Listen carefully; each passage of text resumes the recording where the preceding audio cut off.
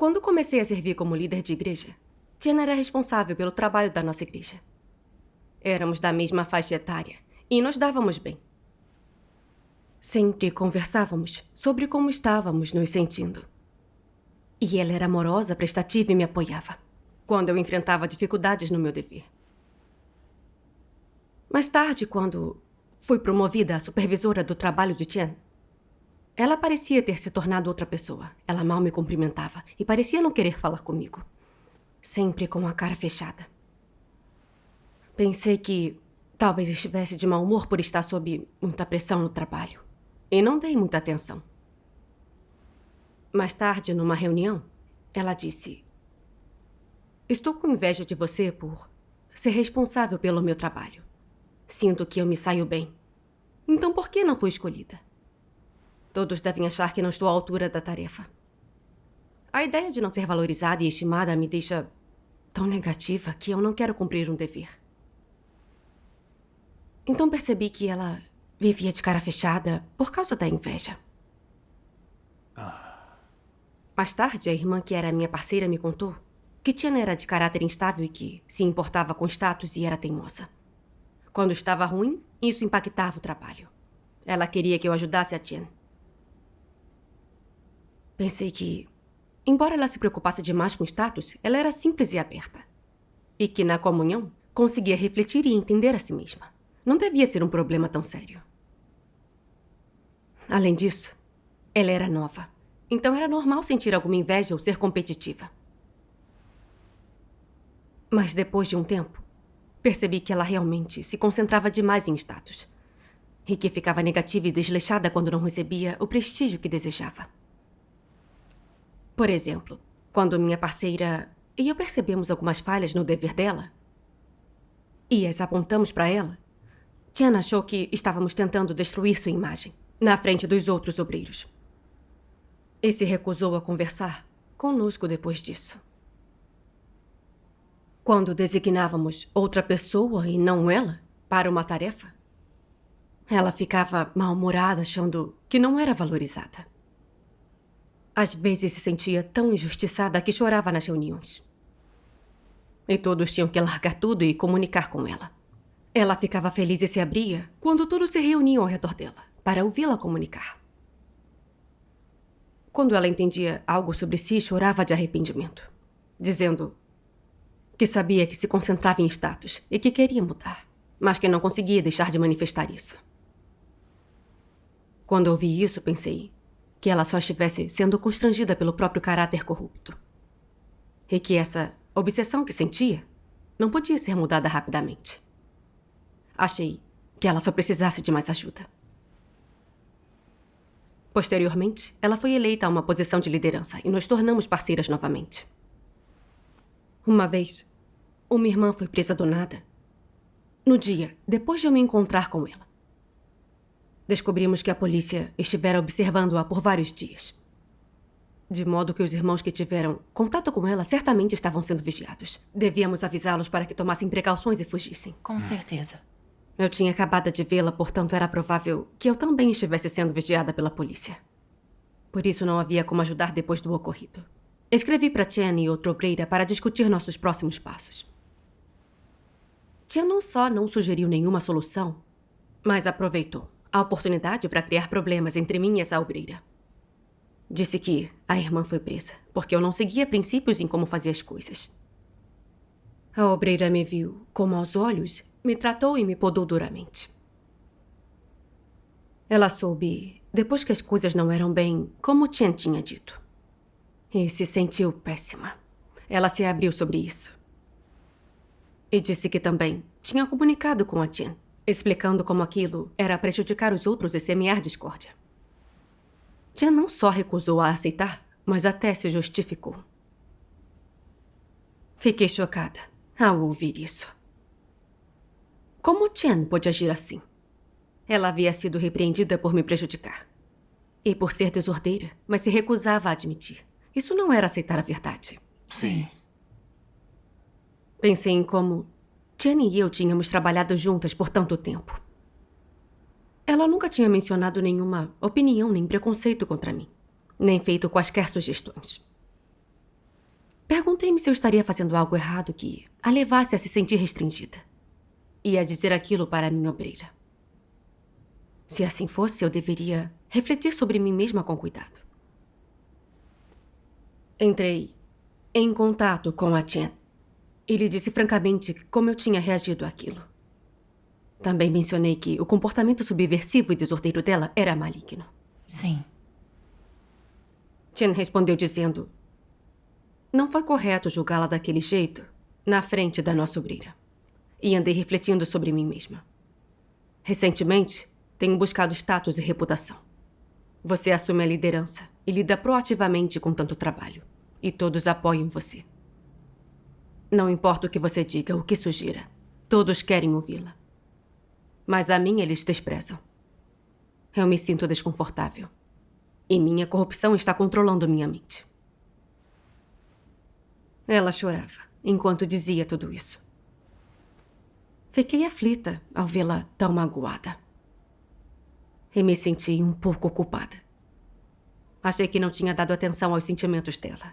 E que ela lutava contra a própria corrupção. Ela não tinha controle quando disse aquelas coisas sobre mim. Então, já que ela refletiu e aprendeu sobre si e se abriu sobre isso significava que ela queria se arrepender e mudar. Mas depois disso, descobri que ela não tinha mudado. E que esse comportamento estava piorando. Outro obreiro, que sempre visitava aqueles que cumpriam deveres importantes, sem que ninguém soubesse, foi rastreado e depois preso pela polícia. Era evidente que a polícia conseguia encontrá-los pelo monitoramento deles. Tudo aquilo veio como surpresa. Iniciamos discussões de emergência sobre como lidar com aquilo, para garantir a segurança de todos.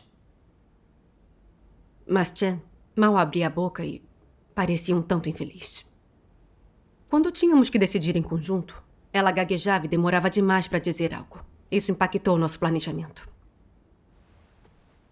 Lembrei-me de que no passado, quando outros não concordavam com o ponto de vista dela, ou ela não se sentia valorizada, ela se aborrecia e não participava das discussões. Eu não sabia o que havia sido dito para irritá-la tanto. Era uma situação de grande urgência. Os irmãos podiam ser presos a qualquer momento, o que prejudicaria os interesses da Casa de Deus. Mas ela parecia não ligar. Furiosa, eu a ignorei. E continuei a discutir com os outros. Notificamos os irmãos em perigo que se mudassem imediatamente. Ótimo. Já tinha passado das 11 da noite quando terminamos. E ainda havia trabalho urgente a ser feito. Mas Chen só ficou sentada ali de cara feia, sem nenhum comprometimento. Ela não dizia nada ou só algumas palavras superficiais, quando algo precisava ser discutido por todos. Isso realmente nos atrasou. Coisas que poderiam ter sido resolvidas rapidamente se estenderam até às 3 ou 4 da manhã. Isso não é só ser teimoso ou temperamental. É sabotar e impedir o trabalho. Isso é muito sério. Sim. Você está certa. Depois daquilo, eu expus e dissequei o egoísmo e o desprezo dela. O fato de ela só considerar seu nome e status sem pensar no trabalho da igreja. A natureza disso é agir como ajudante do grande dragão vermelho e atrapalhar o trabalho da Casa de Deus. Sim. Alguns outros obreiros também compartilharam comunhão sobre os problemas dela. Mas, surpreendentemente, ela disse em tom desafiante: se vocês acham que não posso fazer esse trabalho, podem me dispensar. Em todo caso, sinto que não posso assumir esse dever. Ela continuou: não é que eu não queira me envolver, mas todos rejeitam o que quer que eu diga. Agora já não me sinto mais confiante. O que posso dizer? Eu sempre quero ajudar com os problemas, mas todos insistem em lidar com eles. Então o que posso fazer? Em todo caso, todos me veem como uma líder inútil. Vocês não me valorizam, então também não quero me envolver com vocês. Ficamos chocados quando ela disse isso. Ela ainda não estava aceitando a verdade. Sim. Quando criticada, ela largava o dever dela e até nos culpava, jogando toda a responsabilidade em nós. Até naquele trabalho urgente, ela só lutava por nome e status. Ela carecia de humanidade. Com certeza. Sim. Mas então eu me perguntei se eu estava sendo enérgica demais, monopolizando tudo e a excluindo de tudo. Quando nada impactava o nome e status dela. Ela se envolvia bastante e era boa em encontrar problemas no nosso trabalho. Mas nessa discussão eu a ignorei quando vi que ela não estava participando. Se eu realmente a levei a tropeçar, isso também era cometer o mal. Eu fiquei calada depois de pensar nisso. Mas ao refletir a respeito mais tarde, vi que Tiana havia agido desse jeito repetidas vezes. Sempre que o nome e o status dela estavam envolvidos, ela ficava negativa e desleixada e não se importava com o trabalho. Não defendia o trabalho da igreja. Qual era o problema real? Então, li uma passagem das palavras de Deus. Vou lê-la para vocês. Ótimo. Isso.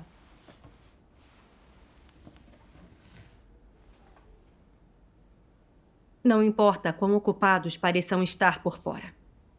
Quanto corram pelas ruas, sacrifiquem, renunciem e despendam. Pessoas que só falam e agem em nome do status podem ser consideradas aquelas que buscam a verdade? De forma alguma. Por status, elas pagarão qualquer preço. Por status, sofrerão qualquer adversidade. Por status, não desistirão diante de nada. E por status, lutarão e discutirão com os outros. Elas não temem sequer o risco de punição e retribuição. Agem em nome do status, sem pensar nas consequências. O que pessoas como essas buscam? Elas buscam status. Onde está a semelhança com Paulo? A busca pela coroa. Elas buscam a coroa da justiça, buscam status e prestígio. E tratam a busca por status e prestígio como uma busca legítima, em vez de buscarem a verdade. Qual é a principal característica de tais pessoas? É que em todos os aspectos elas agem em nome de status e prestígio. Amém. Amém. Com as palavras de Deus, comecei a rever o comportamento de Chen durante todo esse tempo. Ela parecia disposta a sofrer e pagar um preço. Mas tudo o que fazia era em prol de nome e status. Exatamente. Quando eu era responsável pelo trabalho dela, ela esfriou comigo porque pensava que estava numa posição inferior à minha. Ficou deprimida e não queria mais cumprir o seu dever. Nós apontávamos problemas no trabalho dela para ajudá-la. E às vezes dávamos tarefas para outras pessoas e não para ela. É a coisa mais normal do mundo. Sim. Só que ela achava que assim ela perdia sua reputação. Aí emburrava, não falava e ficava insolente, esperando que girassem em torno dela e a fizessem o centro das atenções. Como líder, ela sabia que o trabalho após as prisões é urgente. Mesmo assim, lutava por nome e ganho, minando as coisas, não querendo participar. Ela não pensou na segurança dos irmãos e não defendeu o trabalho da Casa de Deus. Isso me mostrou que o coração dela não estava no lugar certo, que ela só buscava nome e status, mas não a verdade. Ela estava numa senda contrária a Deus. Sim. Com certeza. Tentamos ajudá-la e comunicar com ela tantas vezes, mas ela resistia e não queria aceitar. Isso não é alguém que aceita a verdade. Você está certa. O princípio mais básico para eleger líderes é que eles busquem e aceitem a verdade. Sem satisfazer essa exigência, ela realmente podia agir como uma líder? Verdade. Se um líder sempre busca status, não busca nem aceita a verdade, ele não pode guiar os outros a entrarem na verdade. E não pode realizar bem o trabalho da igreja. Com certeza. Depois disso, alguns de nós discutiram se Chen poderia continuar servindo como líder. Alguns disseram que, quando o desejo dela por status não era satisfeito, ela atrapalhava o trabalho. Mas que, quando seu nome e status não estavam envolvidos, ela conseguia fazer algum trabalho. Ela tinha bom calibre e habilidade. E lidava com os problemas proativamente. Além disso, um foco em status não pode ser mudado de imediato. Talvez ela só precisasse de mais ajuda nossa. Outra obreira disse que quando Chen lutava por nome e status e fechava a cara, nós nos sentíamos restringidos. Mas que ela se dava bem conosco quando nada ameaçava o status dela. E que depois de cada incidente, ela chorava e aprendia algo sobre si mesma. Por isso ela achava que Chen queria se arrepender e mudar. E depois da última vez em que expusemos os problemas dela, ela não permaneceu negativa por dias como antes, mas voltou a trabalhar no dia seguinte. Essa obreira queria que observássemos. E se Chen não mudasse, não seria tarde demais para dispensá-la. Eu me senti insegura quando ouvi isso. Senti que tudo aquilo era verdade. Quando apontávamos os problemas dela, ela chorava e falava abertamente sobre a própria corrupção. E então retornava ao seu dever como sempre. Se realmente quisesse se arrepender, será que ela não poderia mudar? Talvez devêssemos esperar. E se ela continuasse interrompendo e impactando o trabalho da igreja, então poderíamos dispensá-la. E então, imediatamente arquivei o problema da Chen. Mas Chen continuou sendo temperamental e rabugenta de vez em quando. E às vezes, quando não concordávamos com ela achava que estava sendo desprezada. Às vezes ela se irritava quando um obreiro falava um pouco mais comigo do que com ela, achando que tínhamos um relacionamento melhor e que ela não era importante para nós. Outras vezes ela se irritava por nenhuma razão que eu pudesse reconhecer. Todos nós nos sentíamos restringidos por ela. Não fazíamos ideia do que tinha sido dito ou feito para irritá-la. Às vezes eu nem queria voltar para casa, porque estar com ela era muito difícil e opressivo. Uma vez ela foi a uma igreja para fazer mudanças na liderança. Discutimos de antemão que ela deveria dispensar falsos líderes e obreiros que não estivessem aptos, e então eleger líderes bons. Ela voltou algumas semanas depois, ansiosa para nos contar como ela tinha investigado tudo e descoberto que Yan Chen, uma líder, estava protegendo malfeitores e anticristos que criavam caos na igreja. E como ela tinha descoberto que Yan Chen gostava dos benefícios do status e não fazia trabalho real, o que paralisava alguns trabalhos da igreja, ela também disse que Yan Chen era muito egoísta e astuta e maldizia uma palavra verdadeira. Que os outros careciam de discernimento e tinham sido enganados, que eles a admiravam. Ela apontou todos esses comportamentos de Yan Chen, que ela não aceitava a verdade nem conhecia a si mesma, e não se arrependia das coisas que tinha feito. Com base em tudo que Chen disse sobre ela era totalmente uma falsa líder. Sim. Perguntamos a Chen se ela a tinha dispensado. Ela travou, pensou e então disse: essa era só a sensação que eu tive, mas eu não tinha certeza quanto aos problemas dela, então não a dispensei. Ela não tinha acabado de falar sem parar do discernimento que teve sobre Yan Chen? Como podia dizer que não tinha certeza? Exatamente. Fiquei um pouco irritada quando ela disse isso. Pensei, se ela viu claramente que Yan Chen era uma falsa líder, mas não a dispensou imediatamente, permitindo que ela continuasse no cargo, isso não era prejudicar os irmãos? Com certeza. Ela estava servindo de escudo para uma falsa líder e impedindo o trabalho da Casa de Deus. Repreendemos a Chen com base nessas coisas. E ela ficou bastante insatisfeita na hora. Ela se justificou, dizendo que ela carecia de discernimento para entender as coisas. Depois, percebendo que sua postura defensiva era evidente demais, ela fingiu refletir sobre si mesma. Ela disse que não carecia de discernimento sobre Yan Chen, mas que estava protegendo o próprio status, temendo que disséssemos que ela enrolava e era ineficiente. Por isso, voltou correndo e não dispensou a Yan Chen a tempo. Ela estava inventando desculpas. Com certeza. Mesmo depois, Chen não mostrou entendimento nem remorso por não ter dispensado uma falsa líder de imediato. Logo depois, ela foi à outra igreja para fazer algumas mudanças na liderança. Ela estava ciente de que um dos líderes não fazia trabalho prático, mas que vivia citando doutrinas indistintamente, que era um falso líder. E havia também 2 diaconisas. Uma usava sua posição para repreender, oprimir e disciplinar as pessoas.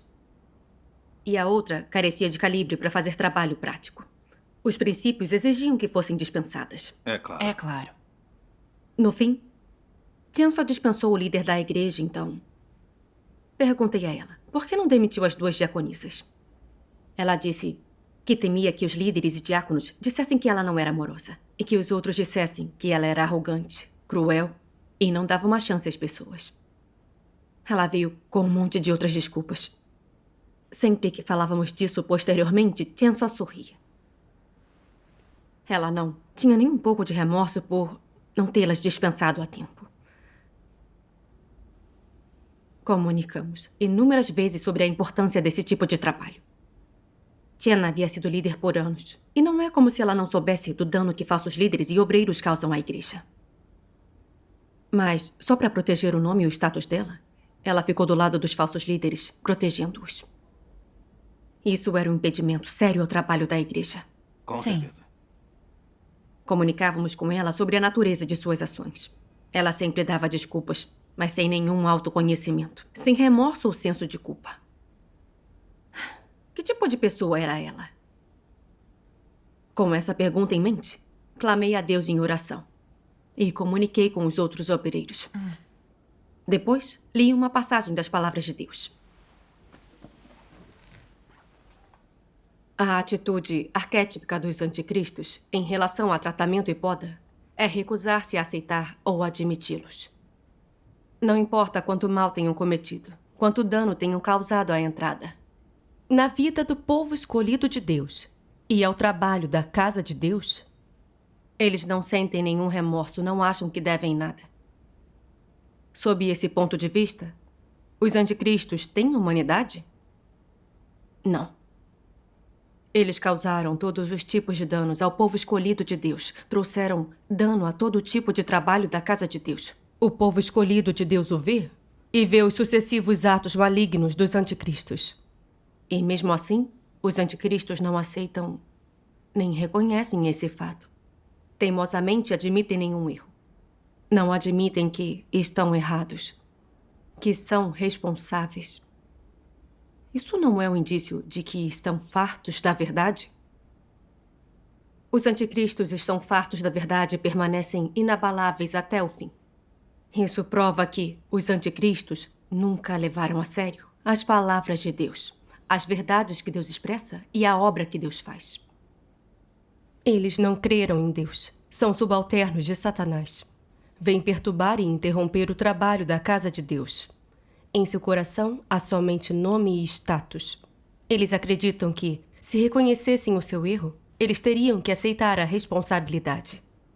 E então, seu status e prestígio seriam seriamente comprometidos. Então eles se recusam absoluta e firmemente a admiti-lo. E mesmo que admitam, em seu coração não o farão externamente. Acreditando que, uma vez que admitam isso, tudo estará acabado para eles. Seja sua negação de uma maneira deliberada ou não. Em suma, em um aspecto isso está relacionado à natureza e essência dos anticristos, de estarem fartos e odiarem a verdade. Em outro aspecto, o que isso mostra? Mostra o quanto os anticristos prezam seus interesses. E qual é a sua atitude em relação à casa de Deus e aos interesses da igreja? É uma atitude de desdenhar e negar a responsabilidade. Eles não têm humanidade. O fato de os anticristos se esquivarem das responsabilidades demonstra esses problemas? Sim. Em um aspecto, fugir da responsabilidade revela uma atitude de hostilidade em relação à verdade. Em outro, mostra sua falta de humanidade. Não importa quanto os interesses de outros sejam prejudicados por causa deles. Eles não sentem culpa e nunca ficam perturbados. Que tipo de criatura é essa?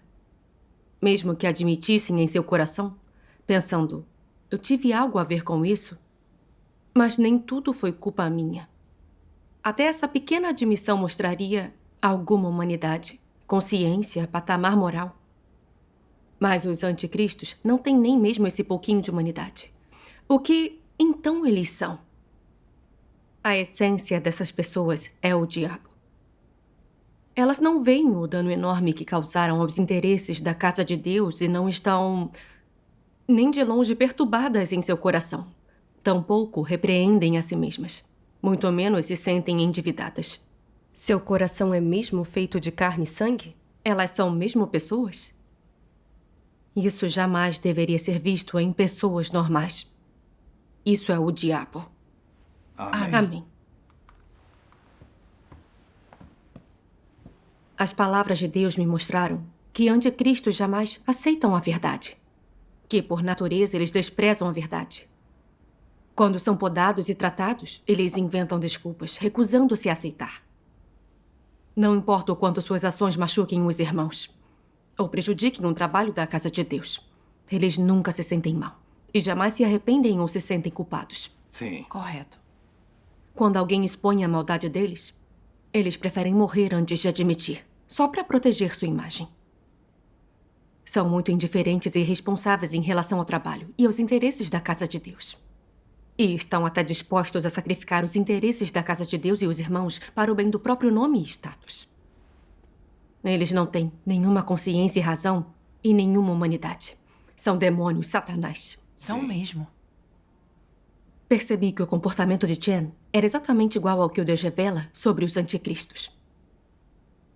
Em tudo o que fazia, ela defendia o próprio nome e status. Quando houve um trabalho que exigiu uma discussão urgente depois das prisões, as sugestões dela não foram aceitas por todos. Então ela achou que não a levávamos a sério. E ficou emburrada, não participou das decisões e nos atrasou. Ela sabia que Yan Chen era uma falsa líder que não fazia trabalho real. Ainda assim, não a dispensou, deixando-a seguir a prejudicar os membros da igreja. Quando as diaconisas de outra igreja não foram aptas para o trabalho, a fim de proteger o próprio status, ela não as dispensou e permitiu que continuassem prejudicando os irmãos. Quando foi repreendida por isso, ela não quis admitir, mas inventou desculpas, contando mentiras descaradas. Mais tarde, os líderes das duas igrejas foram expostos como anticristos. Cometeram tanto mal que causaram revolta. Ainda assim, Tia não teve remorso nenhum por seus atos malignos ao proteger falsos líderes e anticristos. Inclusive, ela sorriu. Isso me mostrou que, por natureza, ela desprezava, odiava a verdade e possuía uma humanidade maligna. Era um demônio, um satanás, um dos anticristos. Com certeza. É mais fácil enxergar usando as palavras de Deus para discernir. Anticristos são pessoas malignas e são essencialmente inimigos de Deus. Recusar-se totalmente a admitir todas as maldades expostas da parte dela revelava a natureza maligna e demoníaca dela. Sim. Mais tarde, vi um vídeo de leitura das palavras de Deus. Vamos assistir juntos. Ótimo. Deus Todo-Poderoso diz: o apreço que os anticristos têm por seu status e prestígio vai além do das pessoas normais e é algo de dentro de seu caráter e essência.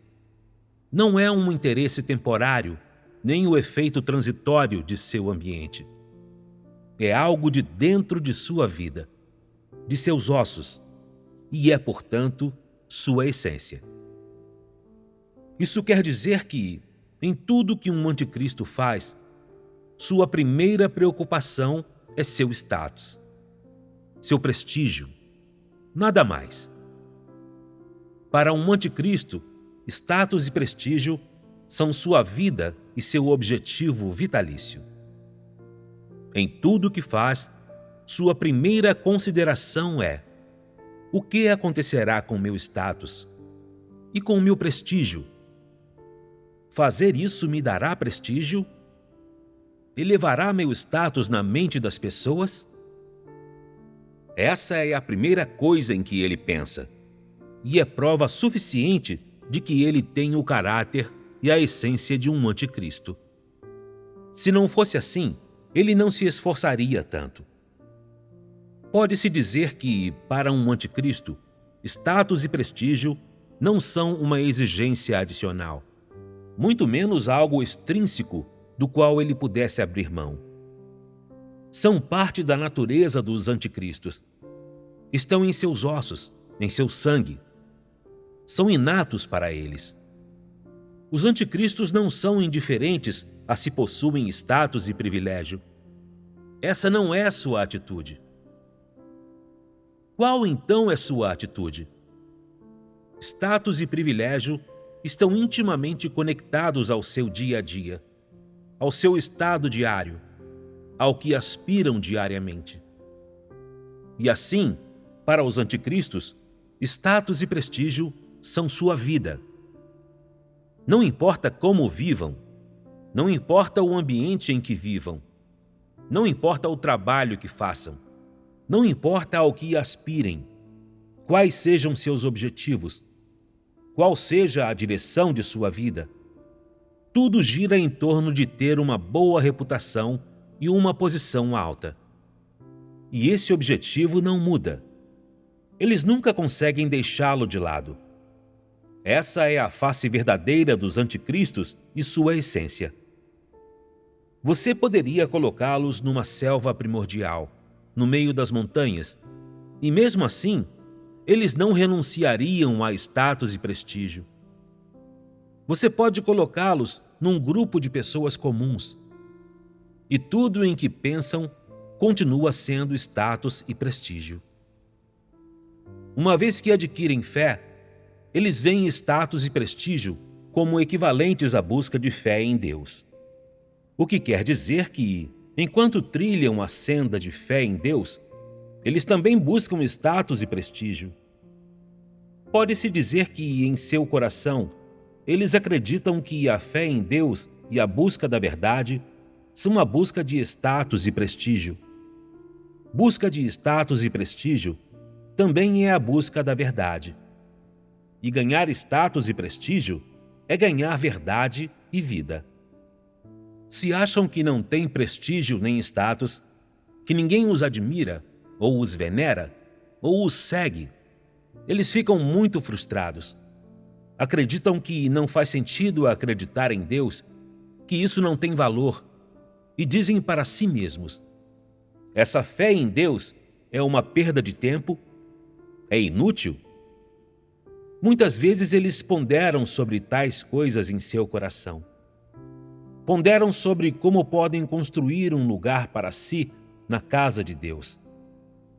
Como podem ter uma reputação elevada na igreja para que as pessoas escutem quando eles falam, e os apoiem quando eles agem, e os sigam para onde quer que eles vão, para que tenham uma voz na igreja, uma reputação, para que desfrutem de benefícios e tenham status. Eles ponderam sobre tais coisas com frequência. Isso é tudo que essas pessoas buscam. Por que estão sempre pensando nessas coisas? Depois de lerem as palavras de Deus, depois de ouvirem sermões, eles realmente não entendem nada disso. Eles realmente não são capazes de discernir tudo isso? As palavras de Deus e a verdade realmente não são capazes de mudar suas noções, ideias e opiniões? De forma alguma é o que ocorre. O problema começa com eles. É totalmente porque eles não amam a verdade. Porque em seu coração, eles detestam a verdade. E como resultado, não são nem um pouco receptivos para a verdade. Algo que é determinado por sua natureza e essência. Amém. Ao ponderar sobre as palavras de Deus, vi que anticristos cobiçam especialmente nome e status. Não importa onde estejam nem o que façam, só pensam em ser admirados e valorizados pelos outros, em ter autoridade para tomar decisões. Se não conseguem obter isso, eles ficam decepcionados e até perdem o interesse em ter fé e cumprir um dever. Sim. No coração deles, status e reputação estão acima de tudo. Não importa o que aconteça em volta deles, nem quantas palavras de Deus eles escutem. Nunca vão mudar essa busca. Verdade. E em nome da própria imagem e interesses deles, lutarão contra Deus e a verdade até o fim. Exatamente. Lembrei-me do comportamento de Chen. Ela valorizava nome e status acima de tudo, a ponto de fazer dele sua própria vida. Ela sempre lutava pela autoridade de tomar a decisão final. E ficava rancorosa e emburrada quando não conseguia. Ela até minava os outros e causava problemas. Ela tinha perdido toda a razão humana. É o Sim. que parece. Quando envolvia os interesses da igreja, ainda assim ela colocava nome e status em primeiro lugar. Mesmo se outros estivessem em perigo, ou sendo urgente para o trabalho da casa de Deus, ela não se importava. Às vezes, ela estava ciente de que era uma influência desordeira. Mesmo assim, queria proteger o próprio status. Chen havia sido líder por anos.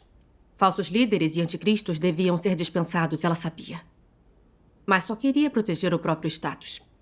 Então, quando via falsos líderes e anticristos cometendo todo tipo de mal, perturbando o trabalho da igreja, ela agia como escudo para eles.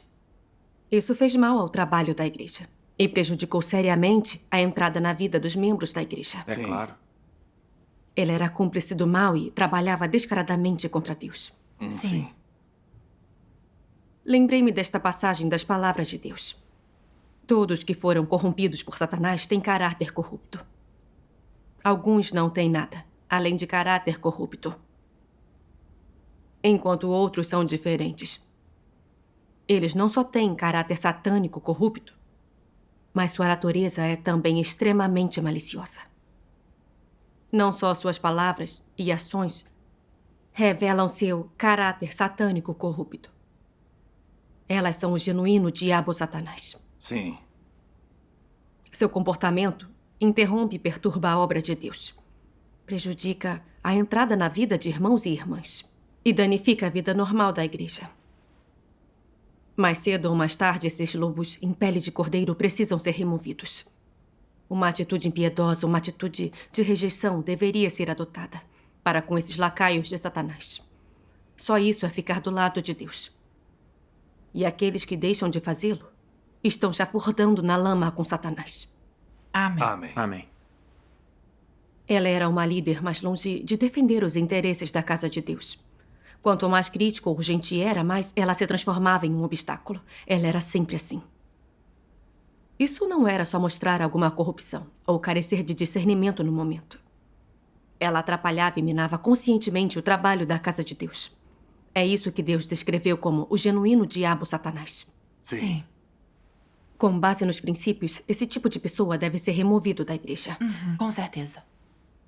Quanto mais eu ponderava as palavras de Deus, mais claro ficava. Vi como eu tinha sido cega e tola. Simplesmente fui tolerante com essa malfeitora, esse anticristo, tratando-a como irmã. Apenas achava que ela era jovem e instável. Que ela tinha dons, calibre e competência. Por isso a ajudava, apoiava e lhe dava várias chances por amor. Eu também estava protegendo uma falsa líder, um anticristo, permitindo que o trabalho da casa de Deus fosse prejudicado. Orei a Deus em minha dor e autocensura. Deus, eu não tive nenhum discernimento. Fui um escudo para uma falsa líder, um anticristo. E cometi uma transgressão séria diante de ti. Deus, quero me arrepender. Por favor, guia-me a me levantar e expor as maldades de Chen e proteger o trabalho da igreja. Amém. Amém. Depois disso, outros obreiros e eu escrevemos uma carta denunciando Chen.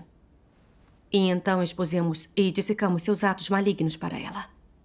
Ela se achou injustiçada e não teve nenhum entendimento de seu comportamento. Lembrei-me de algo das palavras de Deus. De que uma pessoa má não conhece a palavra arrependimento. Correto. Tive uma certeza ainda maior. Que, por natureza, Chen odiava e desprezava a verdade.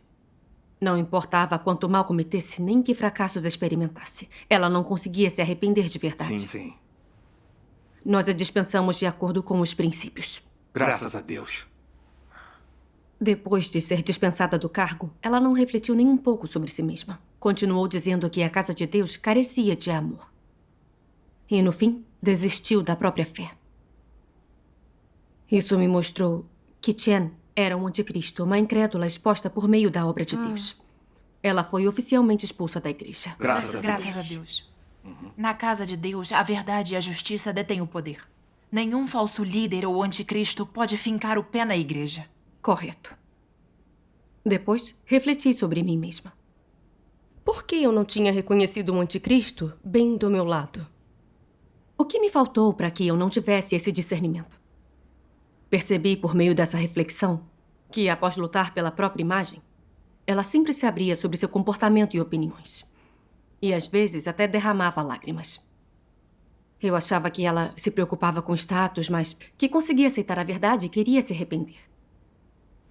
A razão por trás de suas ações desordeiras e insensatas era que ela era jovem, instável, presa à sua corrupção e incapaz de parar.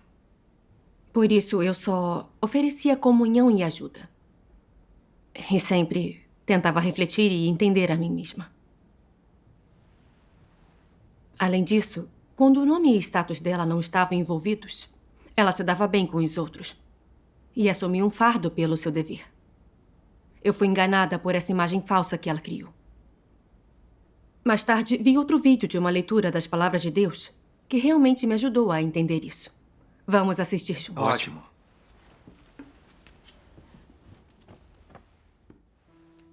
Deus Todo-Poderoso diz: a despeito do meio pelo qual os anticristos enganam as pessoas e tentam convencê-las, uma coisa é certa.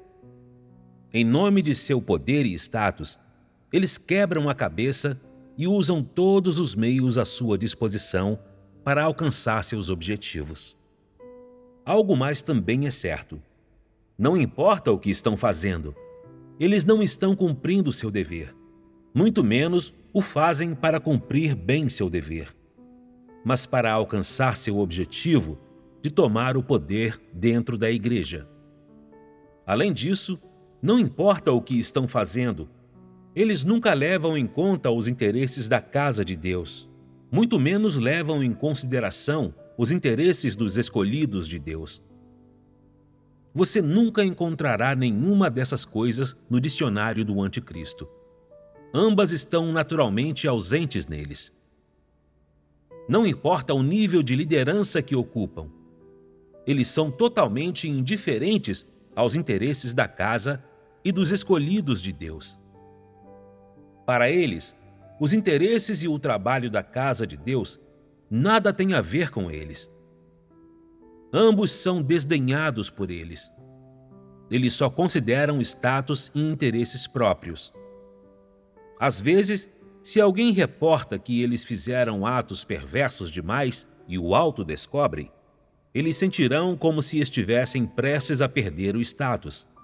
Então vão chorar amargamente e, por fora, parecer que estão arrependidos e voltados para Deus. Mas qual é o motivo real para as lágrimas deles? Por que eles sentem remorso? Sua tristeza, sua angústia, advém do fato de que eles não mais têm lugar no coração das pessoas e perderam seu status e reputação. Esse é o motivo para as lágrimas deles. Ao mesmo tempo, eles estão contemplando os passos seguintes na consolidação de seu status e aprendendo com seu fracasso. A julgar pelo que se manifesta nos anticristos, eles nunca se arrependem nem sofrem por suas transgressões e pelos caracteres corruptos que são revelados neles. Muito menos poderiam ter um entendimento verdadeiro dessas coisas e se arrepender. Mesmo que se ajoelhem diante de Deus com lágrimas escorrendo pelo rosto, refletindo sobre si mesmos e se amaldiçoando, isso continua sendo um subterfúgio. Um subterfúgio que alguns acreditam ser genuíno. Pode até ser que suas emoções, em tais momentos, sejam genuínas. Mas lembre-se de que os anticristos nunca podem se arrepender de verdade. Mesmo que chegue um dia em que serão expostos e expulsos, eles nunca se arrependerão verdadeiramente. Apenas admitirão que falharam, que a trama não funcionou. Por que eu digo isso? É com base na natureza dos anticristos. Eles nunca poderão aceitar a verdade. Portanto, seu autoconhecimento é sempre falso. Amém. As palavras de Deus me mostraram que anticristos são demônios malignos e astutos por natureza, e usam táticas muito espertas para enganar. Às vezes, parecem ser amorosos, tolerantes e pacientes com outros. Mas quando os interesses deles são afetados, eles atacam e rejeitam os outros implacavelmente. É assim que você identifica que o amor, a paciência e a tolerância deles são falsos. Sim. Às vezes, eles choram amargamente. Conhecem e amaldiçoam a si mesmos. Mas não é arrependimento verdadeiro. É para enganar e controlar os outros, para fortalecer a posição deles. Lembrei-me de todas as minhas interações com Chen. Normalmente, quando o nome e o status dela não eram afetados, ela se dava bem conosco. Mas assim que eram afetados, ela mostrava outro lado. Quando ela era responsável pelo meu trabalho, ela me ajudava e apoiava, mas quando eu era responsável pelo trabalho dela, ela se tornava fria em relação a mim. E me sabotava por inveja. Quando apontávamos os problemas dela, ela não aceitava e até inventava desculpas. Ela nos responsabilizava e nos atacava. Tempos depois, ela falou abertamente sobre a corrupção que manifestara e chorou dizendo que queria mudar e se arrepender. Mas não houve mudança nenhuma nela. Ela se abria conosco e mostrava autoconhecimento, mas eram os truques de Satanás escondidos. Ela queria usar isso para nos enganar. Para que pensássemos que ela entendia a si mesma e não a víssemos pelo que era. Assim ela protegia o lugar que ocupava. Ela também quis que ficássemos do lado dela, sendo solidários e compreensivos. O autoconhecimento dela só servia para enganar as pessoas. Era muito dissimulado e maligno. Com certeza. Com certeza. Eram só lágrimas de crocodilo. E não prestando atenção, era fácil ser seduzido e enganado por ela. Verdade. Aqueles que realmente têm consciência e razão que possuem humanidade se enchem de remorso e odeiam a si mesmos no instante em que fazem algo ruim para a casa de Deus ou interrompem o trabalho dela. Depois, querem fazer de tudo para compensar o dano que causaram. E no fundo do coração, querem se arrepender e mudar. Verdade. Sim. Mas Chen era exatamente o oposto. Não importava quanto dano causasse ao trabalho da casa de Deus. Ela nunca se arrependia nem se sentia mal. E ela não chorava porque odiava o mal que tinha cometido. Sim. Depois, quando expusemos seus atos malignos, ela não se arrependeu. Só fez acusações falsas acusando a casa de Deus de não ter amor. Isso mostrou que ela não aceitava mesmo a verdade. Por natureza, ela odiava a verdade. Era muito rígida e cruel. Ela manifestou a natureza e essência de um anticristo. Com certeza. Eu vi que não discernia a natureza, as características e táticas de enganação dos anticristos. Significa que é fácil confundir alguém com a essência de um anticristo com alguém com um caráter de anticristo? E ser cegamente bondoso com diabos. E sem saber, fazer algo contra Deus. Com certeza. Depois de tudo isso, pude sentir como é importante aprender a discernir falsos líderes e anticristos. É assim. Eu nunca me concentrava em aprender verdades sobre o discernimento. Eu tinha uma ideia básica, um entendimento geral do comportamento de falsos líderes e anticristos. Por isso eu não vi um deles que estava bem do meu lado. Eu fui escudo para um anticristo sem saber, o que me deixou com tanto remorso e culpa. Também experimentei que aprender a verdade e ganhar discernimento é o único modo de fazer a vontade de Deus em momentos críticos, de expor falsos líderes e anticristos e proteger a casa de Deus. Falou bem. Sou grata a Deus por arranjar essa situação realista para mim e pela orientação das palavras dele, que me deram algum discernimento sobre os anticristos e algum entendimento das minhas próprias deficiências. Agora tenho uma experiência sincera sobre a importância de se buscar a verdade. Amém. Aprendi isso graças à orientação e às bênçãos de Deus. Graças a Graças a Deus. Deus. Graças a Sua Deus. comunhão realmente nos ajuda a aprender a discernir anticristos.